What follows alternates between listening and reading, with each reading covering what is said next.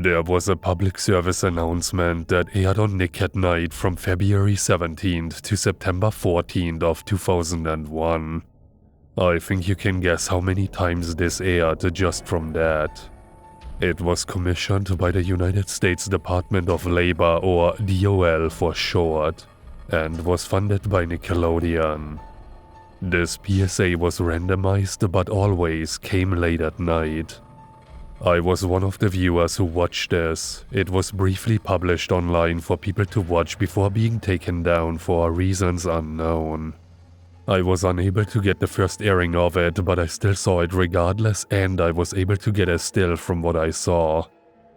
For reference, the PSA was basically as long as the first half of Squirrel Jokes, episode 31B of season 2. Specifically before SpongeBob made fun of squirrels, but with a few major differences, even predating the episode entirely and stopping airing when it was released. It started with a shot of the Krusty Krab and the boats surrounding it, with Mr. Krabs telling everybody to calm down and welcoming them to the Comedy Crab, as the audience is heard cheering and applauding. It has been converted into a small stage for a comedy night, hence the name Comedy Crab, as SpongeBob is eagerly preparing, pacing back and forth as he is muttering to himself. Okay, forks, tomatoes, they love forks, right? People love forks. He is dressed in his usual clothes but in a red bow tie instead of the tie he is often seen wearing. His movement was a bit jittery as he finally went on stage. Patrick and Sandy were there, the former looking hesitant, with the latter appearing nervous from the side as she offered some small supportive gestures. SpongeBob takes the stage with a bright, slightly forced smile as he waves at the audience, and he starts his set. A series of harmless but painfully unfunny and corny jokes. He gives 2 fork jokes, all of which leave the room in silence. Why did the fork get invited to every party? Because it was always the life of the dish. Crickets. I tried to tell a joke about a spoon, but I guess it didn't measure up. Crickets. SpongeBob lets out a sigh, muttering to himself as he awkwardly looks into the audience as he makes free observation jokes. So I was walking to work today and saw a jellyfish flying like they always do. Tough crowd. Crickets. Why do they call it a Krabby Patty if it's made of seaweed buns? Shouldn't it be called a seaweed patty? No, just me. Okay. Don't you just love it when your spatula sticks to the grill? Me neither. I love it. That was supposed to be a joke. The audience is increasingly getting angry at SpongeBob. Sandy is still trying to support her friend as he smiles at her, sweating a bit. Patrick isn't having any of it, he is finding the situation awkward.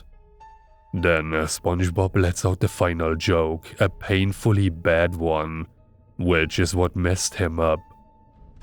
Why don't sea cucumbers ever get invited to shows?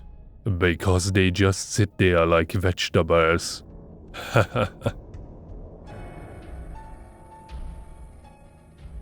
Then the crowd begins to boo lightly, Patrick included, which causes SpongeBob's smile to falter.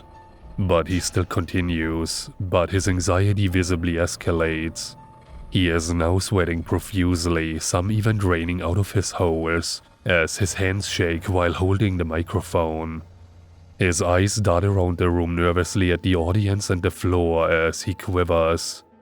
And then he mutters under his breath, "Just keep going, you are doing fine." Then a heckler in the crowd laughs sarcastically, telling him to get off the stage and live on the streets, as his talent is not worth seeing. SpongeBob suddenly freezes, his teeth clenched. He steps back from the stage as he mutters, "Would you all just clam up already? I am trying my best." People have claimed to have seen different versions of this part. The only notable difference is how SpongeBob says, "Shut the hell up," instead of "clam up." But despite Nick at Night being typically for older audiences, SpongeBob never said anything that a human would say. Only the nautical underwater stand-ins that the show is known for. The words were clearly not aggressive in a traditional sense, but were startling because of the sheer intensity and desperation. Patrick flinches, Sandy frowns, and Mr. Krabs backs up in shock. The booing and everything else goes completely silent. SpongeBob shakes violently as he looks nauseous and runs off stage, retreating behind the curtain. He pauses in front of the mirror backstage, breathing heavily, adjusting his posture and taking his medication. It was shown briefly but tastefully, like any regular educational PSA.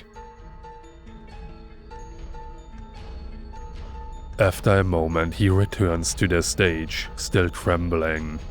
He tries to continue his jokes, which can't really be transcribed as it is barely understandable what he is trying to say. Mostly just repeats of previous jokes and occasional stutters. But the nervous energy is palpable as every punchline is swallowed by the silence of the audience. He mutters to himself, "It's okay. It's just a stage. Just a stage." The crowd watches uncomfortably as Patrick whispers to Sandy, maybe he shouldn't." But nobody interrupted. SpongeBob's outburst had already made the awkwardness worse by yelling at them. SpongeBob began to realize that his act wasn't working as nobody was laughing. The audience was tense and he couldn't keep up the performance, and with a deep exhale, he sets the microphone down and quietly says, "I can't do this." He walks off stage, and Sandy and Patrick get up as they try to comfort him. Patrick is now feeling guilty for booing his best friend like that and not doing what Sandy did, supporting him. Patrick then spoke to SpongeBob with Sandy standing next to him. "Buddy, I am sorry for not supporting you like that. I wish I wasn't booing you like the others. That was completely unlike me. I am sorry, SpongeBob. I am so deeply sorry." SpongeBob glared at his best friend, remembering what Patrick did. He clearly didn't want to forgive him, but SpongeBob finally accepted his apology, nodding as he walked off through Bikini Bottom, slouched over. When he arrives home, he sits on his red chair as Gary rubs against SpongeBob, crawling onto his lap. SpongeBob sighs, petting him gently. "I guess some things aren't meant for me, Gary. I just can't do something I am not ready for." Gary meows reassuringly as SpongeBob pats his shell, smiling a bit. Then after that, everything blacked out. After the credits, lacking sound and music, it showed a black screen with text. But before that, showing the sponsor card crediting DOL and Nickelodeon. The following bold text showed up. "Don't do something just to please anyone. Do what you can do. At your own pace. Your boundaries are valid. Respect them."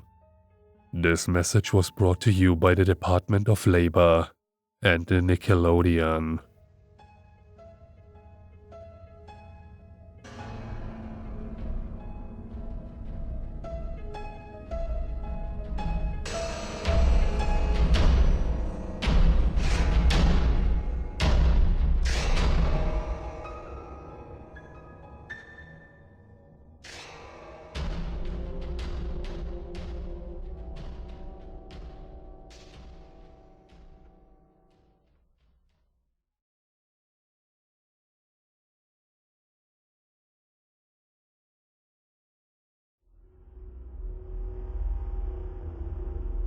If you enjoyed this video, please leave a like, comment, and subscribe to the channel, because there are more chilling tales to be told.